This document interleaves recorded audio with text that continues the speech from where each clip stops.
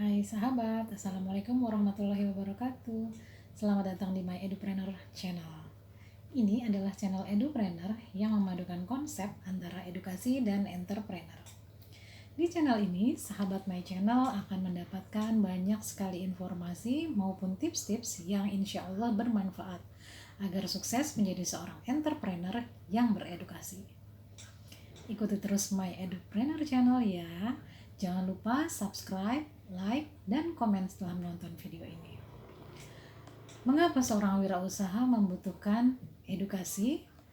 Karena rata-rata penyebab kegagalan para wirausaha itu biasanya disebabkan karena kurangnya pengetahuan mereka tentang bagaimana mengelola bisnis yang baik.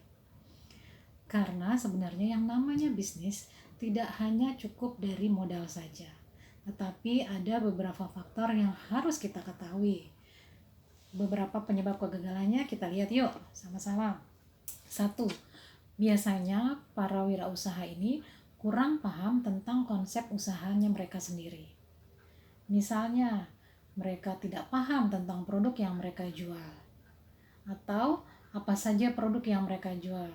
Kemudian target pasarnya siapa, bagaimana cara menjualnya, serta apa produk yang menjadi best seller dalam penjualan mereka, serta apa keunggulan dan kekurangan dari produk mereka tersebut.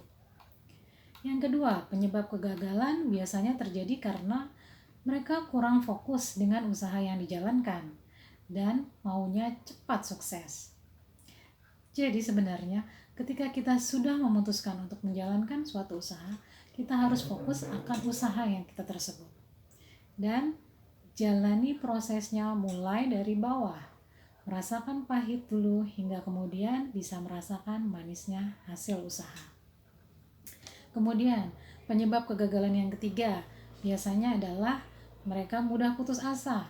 Pada saat mengalami kerugian atau kegagalan, mereka langsung menyerah. Padahal yang namanya usaha tidak mungkin untung terus. Pasti ada masanya kita mengalami kerugian. Nah, ini yang harus kita siapkan. Pada saat mengalami kondisi yang tidak menguntungkan, bagaimana kita menyikapi keadaan tersebut. Penyebab kegagalan yang nomor 4 adalah pengelolaan keuangan yang buruk. Biasanya, penyebab utama dalam bisnis tidak bisa berputar adalah karena uang yang seharusnya kita jadikan modal untuk usaha berikutnya ternyata habis untuk kebutuhan kita sehari-hari. Sehingga hal ini mengakibatkan terjadinya pengelolaan keuangan yang sangat tidak baik. Nah, dari beberapa penyebab kegagalan tersebut, maka sebenarnya sangat dibutuhkan edukasi bagi para wirausaha agar dapat mengelola bisnisnya dengan baik, serta untuk memperkuat mental sehingga usahanya bisa kuat walaupun sedang tertimpa ujian, terutama di saat-saat pandemi seperti sekarang ini. Tapi sahabat My Channel, topik saya kali ini saya akan terlebih dahulu membahas tentang edupreneur. Oke, kita sering mendengar kata edupreneur. Sebenarnya edupreneur itu apa sih? Edupreneur adalah seseorang yang berprofesi sebagai seorang edukator, namun juga sekaligus berprofesi sebagai entrepreneur atau wirausaha. Nah, apa aja manfaat yang akan kita dapatkan ketika kita menjadi seorang edukator dan juga menjadi seorang entrepreneur atau kita singkat menjadi edupreneur. Nah, manfaatnya antara lain satu, bisa menghasilkan double income loh. Yang kedua, dapat menciptakan lapangan pekerjaan bagi orang lain. Nah, yang ketiga ini yang penting. Kita bisa memiliki kepekaan sosial yang sangat tinggi, yaitu karena kita berfokus pada pengembangan kompetensi bagi orang lain, baik itu kompetensi pengetahuan maupun keterampilannya. Nah, profesi sebagai edukator yang menjadi edupreneur apa saja ya yang harus kita yang bisa kita jadikan ide bisnis? Satu, tentunya selain mengajar ya, fokus utama itu adalah kita bisa aktif menulis berbagai macam buku. Kemudian buku tersebut kita cetak maupun kita terbitkan. Ide bisnis yang kedua adalah kita bisa menulis di website atau blog, mengisi lokakarya atau training juga bisa. atau bahkan menulis skenario film, bahkan membuat buku digital ataupun komik digital. Dan yang paling ngehits sekarang ini, yang paling banyak diminati adalah membuat konten-konten kreatif berupa apa saja, berupa ilmu pengetahuan ataupun informasi-informasi yang menarik lainnya di channel YouTube, kemudian kalian upload. Itu adalah sebagian ide bisnis yang dapat sahabat channel lakukan di masa pandemi sekarang ini. Nah, selain itu, ketika masa pandemi nanti insya Allah segera berakhir, kita juga bisa dapat memulai bisnis yang lainnya, seperti kita misalnya membuka sekolah PAUD misalnya, atau kita membuka lembaga kursus maupun lembaga bimbingan belajar yang sangat dibutuhkan bagi orang-orang atau anak-anak di sekitar kita. Kemudian selain itu, kita juga bisa membuka usaha yang menyediakan segala macam kebutuhan yang berhubungan dengan kebutuhan anak-anak untuk sekolah. Misalnya untuk seragam sekolah, buku tulisnya, atau perlengkapan yang lainnya. Ataupun ide bisnis yang lain adalah kita bisa menerima jasa pelayanan antar jemput anak sekolah. Menarik bukan? Macam-macam ide bisnis yang dapat kita lakukan sebagai seorang edupreneur. Nah, sekarang prinsip-prinsip untuk menjadi seorang edupreneur apa saja yang harus kita miliki? 1, kita harus berani bermimpi. Tapi tidak cukup hanya bermimpi saja, kita juga harus berani mencoba. Karena jika kita hanya berani bermimpi tapi tak berani mencoba, itu sama aja kita hanya angan-angan kosong. Kemudian prinsip yang kedua ketika kita ingin menjadi seorang edupreneur adalah kita tidak boleh fokus pada profit, tapi pada pengembangan kompetensi bagi orang lain. Itu yang terpenting. Yang nomor 3, prinsip seorang edupreneur adalah kita harus menjadi seorang yang revolusioner, inovatif, dan juga kreatif tentunya.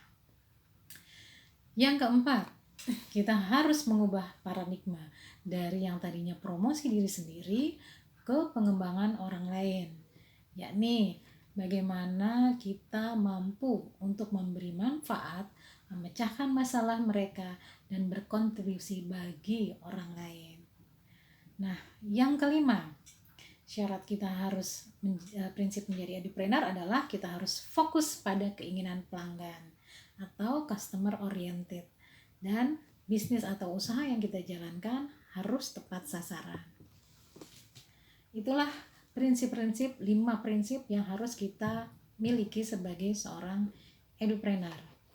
Kemudian, bagaimana caranya untuk menjadi seorang edupreneur yang sukses? Untuk menjadi seorang edupreneur maupun entrepreneur yang sukses, kita sebaiknya diawali dengan membuat suatu perencanaan bisnis atau bisnis plan yang biasa kita sebut. Karena dengan membuat sebuah bisnis plan, di sana kita dapat mencakup kegiatan-kegiatan yang akan kita lakukan. Contohnya, misalnya harusnya setiap awal bisnis itu kita awali dengan mengidentifikasi kebutuhan-kebutuhan ataupun permasalahan-permasalahan yang ada di lingkungan sekitar kita. Kita lihat mereka kira-kira butuh apa ya? Ada masalah apa ya yang dibutuhkan oleh masyarakat di sekitar kita. Kemudian dari permasalahan yang timbul tersebut, kita mencoba mencari solusi dan bagaimana upaya kita untuk memecahkan masalah tersebut. Nah, setelah kita mencoba mencari solusi, yang ketiga barulah kita hasilkan produk kreatif kita berupa bisnis kita atau usaha kita sebagai solusi dari pemecahan masalah tersebut. Misalnya, setelah pandemi berakhir, anak-anak banyak sekali yang tertinggal pelajaran. Mereka kesulitan mengikuti pelajaran dan biasanya orang tua mereka sudah mulai sibuk dengan usaha orang tuanya masing-masing. Sehingga itu timbul masalah, bukan? Nah, dari situ kita bisa melihat ternyata mereka membutuhkan seorang guru profesional yang bisa mengajarkan mereka untuk mendapatkan tambahan pelajaran, Nah, dari sana sahabat channel bisa membuka sebuah lembaga kursus misalnya atau lembaga bimbel bagi anak-anak sekitar yang memang mempunyai kebutuhan dalam hal tersebut. Itu salah satu contoh ya. Yang harus diingat adalah kerjakan usaha atau bisnis kita sesuai dengan passion kita. Dan bukan hanya karena mencontoh dari bisnis orang lain yang sudah sukses, ataupun kita menjalankan usahanya hanya sekedar musiman saja. Passion, apa itu passion? Passion bisa dikatakan hobi atau kesukaan. Tapi di dalam passion kita ingin hobi kita tersebut menjadi bermanfaat bagi orang lain. Nah, sekarang faktor-faktor apa saja yang harus kita miliki ketika kita ingin menjadi seorang entrepreneur yang sukses? Anda tahu ada 5 kecerdasan yang harus kita miliki ketika kita ingin menjadi seorang entrepreneur maupun entrepreneur yang sukses maupun edupreneur yang sukses. Di antaranya 1, kita harus memiliki kecerdasan intelektual atau biasa kita singkat menjadi IQ. Intelligent Quotient. Intelligent Quotient memang bukan satu-satunya faktor yang penting untuk sukses. Namun dengan memiliki kecerdasan intelektual, seseorang akan menjadi lebih mudah untuk menyerap informasi ataupun ilmu pengetahuan yang berkaitan dengan kebutuhan usahanya. Sehingga dia akan mudah melakukan percepatan terhadap usahanya. Atau dengan kata lain usahanya akan cepat sukses. Yang kedua, kecerdasan yang kedua yang harus kita miliki adalah kecerdasan EQ atau Emotional Quotient atau kecerdasan emosi. Kecerdasan emosi adalah seseorang yang mampu mengelola emosi dirinya maupun emosi dari orang lain. Dan orang yang memiliki kecerdasan EQ yang tinggi, maka ia akan mampu bekerja secara profesional walaupun kondisinya sedang tidak stabil ataupun sedang ada masalah. Jadi biasanya orang yang IQ-nya tinggi akan kalah dengan orang yang EQ-nya tinggi. Dan kecerdasan yang nomor 3 adalah kecerdasan AQ atau Adversity Quotient, yaitu adalah kecerdasan dalam mengatasi setiap masalah ataupun kesulitan yang timbul dalam setiap perjalanan usahanya. Nah, seperti kita ketahui yang namanya usaha itu pasti akan mengalami masalah. Tidak ada usaha yang jalannya datar terus. Pasti yang namanya usaha itu adalah naik dan turun. Disinilah perlunya kita memiliki kecerdasan dalam mengatasi setiap permasalahan yang ada. Nah, ketika ada permasalahan, biasanya kita bisa melihat ada tipe orang yang akan kita bisa baca sifatnya ketika bertemu dengan suatu masalah. Tipe yang pertama adalah tipe quitter, yaitu tipe yang langsung menyerah. Orang tipe ini mereka akan langsung menyerah ketika bertemu dengan masalah. Mereka mudah stres, mudah putus asa, ataupun depresi ketika ada masalah datang. Tipe orang yang kedua adalah tipe camper. Mereka biasanya senang menghindari masalah atau senang menghindari tantangan. Orang tipe ini akan sebisa mungkin menghindar dari masalah, ataupun dia akan lari dari tanggung jawab ketika ada permasalahan datang. Tipe yang ketiga adalah tipe climber. Ini adalah tipe yang paling baik. Ketika masalah tiba, biasanya tipe ini bisa melihat hikmah dari setiap permasalahan yang ada. Orang tipe ini biasanya berani menghadapi setiap masalah serta berani bertanggung jawab atas setiap masalah yang timbul, serta dapat mengambil pelajaran ataupun hikmah atas semua masalah yang terjadi. Nah, tipe yang keempat adalah tipe kecerdasan FQ, Financial Quotient, atau kecerdasan finansial. Di sini, kemampuan membuat perencanaan keuangan adalah sangat dibutuhkan dalam menjalankan suatu bisnis, roda usaha. Kecerdasan ini diperlukan agar bisnis yang kita usahakan terus dapat berjalan. Karena jika kita tidak melakukan pengelolaan keuangan yang baik, maka usaha kita tidak akan dapat bertambah besar. Yang kelima, ini adalah tipe kecerdasan yang sangat-sangat utama atau sangat-sangat penting, yaitu spiritual quotient. Kecerdasan spiritual merupakan kecerdasan tingkat tinggi yang harus dimiliki oleh seseorang. Hal ini berhubungan dengan Sang Pencipta, karena di setiap usaha ataupun setiap langkah yang kita jalankan, selalu usahakan libatkan Tuhan, libatkan Allah di dalamnya. Dengan kemampuan kecerdasan spiritual yang tinggi, maka kita dapat bersikap bijaksana dalam memaknai setiap permasalahan dalam hidup.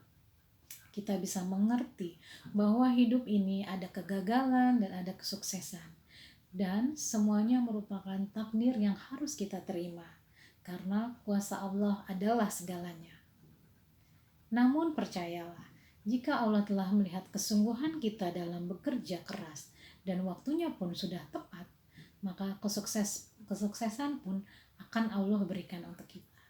Percayalah dengan ketentuan atau janji Allah.